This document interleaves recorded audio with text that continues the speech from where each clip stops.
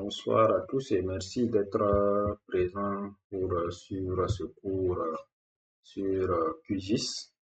Et nous disons avant de commencer, merci à Tamfano Academy et le Centre numérique africain en renforcement de compétences. La formation en QGIS, elle est importante pour tous ceux qui œuvrent pour le développement, qui exécutent des projets de développement, qui assurent des actions au quotidien qui contribuent au développement durable en Afrique. Il faut dire que de la conception jusqu'à la mise en œuvre réussie, l'information spatiale doit être au cœur de la stratégie. Ce module 1, intitulé Fondamentaux des cycles, a pour objectif principal de donner aux apprenants quelques notions fondamentales des cycles et leur domaine d'application courante. Les compétences acquises à l'issue de ce cours est que l'apprenant doit être capable de définir clairement les notions abordées, puis présenter les avantages des cycles dans les activités professionnelles au quotidien.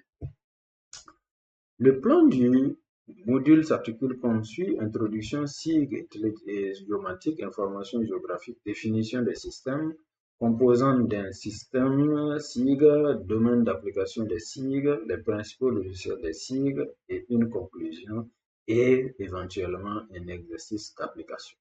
Le public cible de cette formation, c'est les étudiants, les professionnels du domaine de la sécurité, du domaine de la foresterie, de l'agriculture, du transport, etc.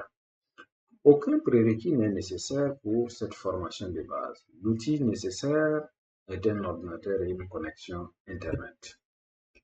Alors, bonjour et merci, soyez les bienvenus d'être à cette session de formation sur les bases fondamentales sur les cycles. Je vous propose une formation sur les bases fondamentales des cycles et ce module mettra l'accent sur les connaissances théoriques du domaine, c'est-à-dire principalement les cycles. Les notions fondamentales seront définies avec des exemples à l'appui et chaque module pourrait être approfondi dans l'espace forum entre apprenant et le formateur, c'est-à-dire sur la plateforme du Sénarec. Ce module s'achèvera par un test de niveau de 25 questions afin d'évaluer vos aptitudes à commencer sereinement la pratique des cycles. La première question que nous allons nous poser, qu'est-ce que la géomatique? Il faut dire que la géomatique est un néologisme issu de la contraction des termes géographie et informatique selon Bernard Debusson, 1960. La géomatique est l'ensemble des techniques de traitement informatique des données géographiques selon le journal officiel français du 14 février 1994. La géomatique regroupe l'ensemble des outils et des méthodes permettant d'acquérir, de représenter, d'analyser et d'intégrer des données géographiques. Par conséquent, la géomatique regroupe au moins trois activités distinctes, à savoir la collecte des données géographiques, le traitement de ces données et la diffusion de celles-ci. Qu'est-ce que l'information géographique alors? Il s'agit d'un type d'information très répandue décrivant des objets, phénomènes, êtres vivants ou sociétés dès lors qu'ils sont reliés à un territoire. Un système d'information géographique se caractérise donc par un critère essentiel, celui de la localisation. Tel objet est voisin de tel autre, tel phénomène affecte telle surface et se superpose à tel autre, etc. Ici, nous avons en représentation sur cette image des routes, des bâtiments, des restaurants, des lignes de bus, des hôpitaux, des pharmacies, des aéroports, des autogares, des écoles, la police, la gendarmerie, des lieux de culte, etc. L'information géographique est une représentation d'un objet ou d'un phénomène réel, localisable dans l'espace et à un temps donné. L'information géographique est caractérisée par deux composantes principales, telles que les données géométriques, qui regroupent la localisation, la description de la forme de l'objet ou phénomène en relation avec d'autres objets, les données attributeurs, qui nous donnent des informations quantitatives et qualitatives décrivant l'objet, nom, profondeur, surface, quantité d'eau, pour le cas du barrage par exemple de la Tappe. Une troisième donnée ou composante est très souvent omise, s'agit des métadonnées ou les données sur la donnée. Cette composante nous renseigne sur la source de l'information, la méthode de relevé utilisée, le système de projection, nom du collecteur de la donnée, la date et les mises à jour. Cette composante est importante car elle nous permet d'évaluer la qualité des données, voire leur fiabilité. Grâce à cette composante, la traçabilité de la donnée est assurée. Qu'est-ce qu'une couche? Une couche se définit de la manière dont un jeu de données SIG est symbolisé et étiqueté, c'est-à-dire dans vos vues cartographiques. Une couche représente donc des données géographiques telles qu'un thème particulier de données. Les ruisseaux, les lacs, les modèles numériques de terrain, les routes, les frontières politiques, les parcelles, les tracés de bâtiments, les lignes de distribution, etc. constituent quelques exemples de couches. Un SIG est un ensemble de couches de plusieurs objets ou phénomènes et ces couches sont classées en fonction de leur géométrie et de la manière, de la nature de l'information contenue dans chaque couche du SIG. Ainsi donc, la superposition des couches est l'une des qualités du SIG. Cela permet un croisement des données tant spatiales qu'attributaires et c'est ce qui offre la possibilité d'analyse multiple. Ici, nous avons en image l'exemple de superposition de plusieurs couches, notamment les routes, les occupations du sol, les aires administratives, l'hydrographie, l'élévation et une image. Abordons à présent les projections, les systèmes de projection. Définissons d'abord la géodésie. La géodésie est la science qui étudie la forme et les dimensions de la Terre en tenant compte de son champ de pesanteur. Qu'est-ce qu'un géoïde? Un géoïde, c'est la surface théorique de la pesanteur qui correspond au niveau moyen des mers, c'est-à-dire que c'est la représentation exacte de la Terre, mais très difficile à utiliser. Ici, nous avons en image quelques illustrations de géoïdes. Alors, qu'est-ce qu'un ellipsoïde? Un ellipsoïde, c'est une sphère aplatie, plus simple à modéliser, généralement définie par son demi-grand axe, son coefficient d'aplatissement et son centre. Le datum.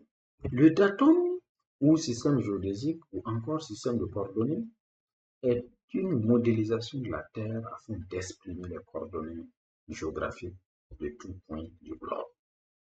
Il est matérialisé par un système de référence et est défini au strict minimum par un repère de référence, un ellipsoïde de révolution muni d'un méridien d'origine. Système de coordonnées de référence ou coordonnées.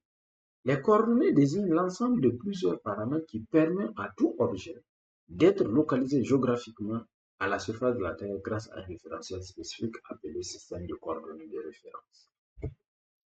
Pour une même localisation ou un même point, on aura des coordonnées différentes selon les systèmes de coordonnées utilisés. Un système de coordonnées de référence est un référentiel généralement associé à un ellipsoïde qui est utilisé pour mesurer des coordonnées. Les systèmes de coordonnées de référence sont recensés par EPSG qui a attribué un code à chacun des SCR. Il convient de noter quelle que soit la projection utilisée, il y aura toujours des déformations. Mais nous devons toujours opter pour celle qui offre peu de déformations. Il existe des projections selon ce que nous voulons mettre plus en exergue. Il y a celles qui conservent au mieux les angles, les surfaces et les distances. Donc, notre choix dépendra de l'objectif poursuivi. Les différents types de projections, on a les projections coniques, projections cylindriques, projections azimutales. Les composants d'un signe. Commençons d'abord par définir un signe. Un signe désigne de manière simple un système permettant de gérer des informations localisées géographiquement.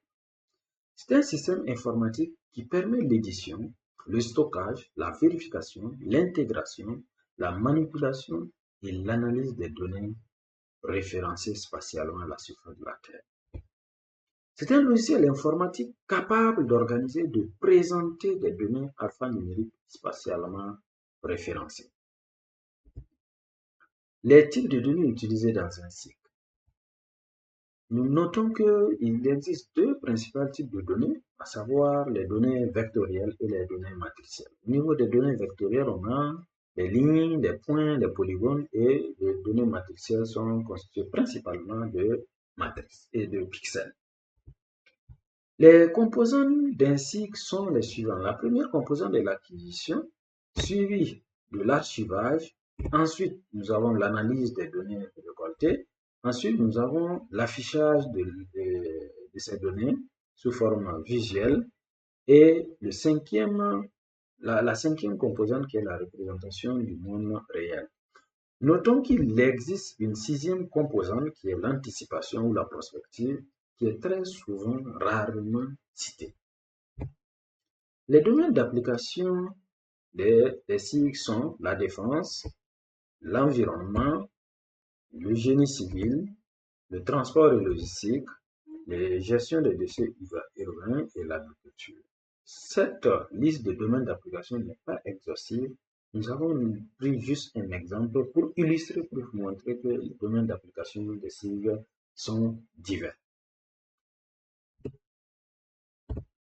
Alors, abordons à présent les logiciels cycles. Il y a les logiciels libres et les logiciels commerciaux. Au niveau des logiciels open source libres, nous avons QGIS, Saga, GVSig, Illuis. Quant aux logiciels commerciaux, nous avons MapInfo, Global Mapper, Idrizi et ArcGIS, le leader mondial. Nous terminons cette présentation par une conclusion. En conclusion, nous pouvons dire que à travers cette leçon, nous avons pu faire une introduction rapide des notions de base pour comprendre le fonctionnement des cycles à travers quelques définitions, les modèles de données couramment utilisés dans les cycles et les domaines d'application des cycles. Cette leçon est une introduction et donc ne parle que de l'essentiel et vous prépare pour la suite de la formation. Alors, un test de niveau vous est soumis afin d'évaluer votre maîtrise de ce module sur les bases fondamentales. Nous vous félicitons, vous venez de terminer cette leçon consacrée aux notions de base dans le domaine des cycles avec succès. Merci d'avoir suivi cette leçon avec beaucoup d'intérêt. Nous vous donnons rendez-vous pour la leçon suivante qui traite du processus ou des étapes de téléchargement et d'installation du logiciel QGIS. Merci et à la prochaine.